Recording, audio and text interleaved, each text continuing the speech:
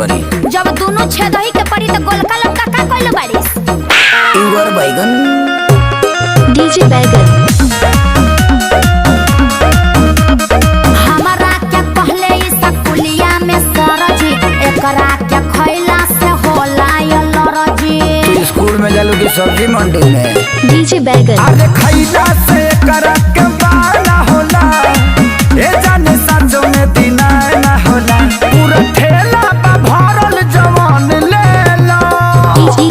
DJ बैगन आवाज धान में बन ले लो।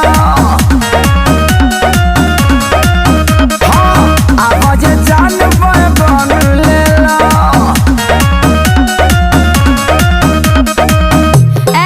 ई पाकी कहाँ? लमका की गोलका लमका चूल्ही में आ गोलका वो चूल्ही में केंगा बनी।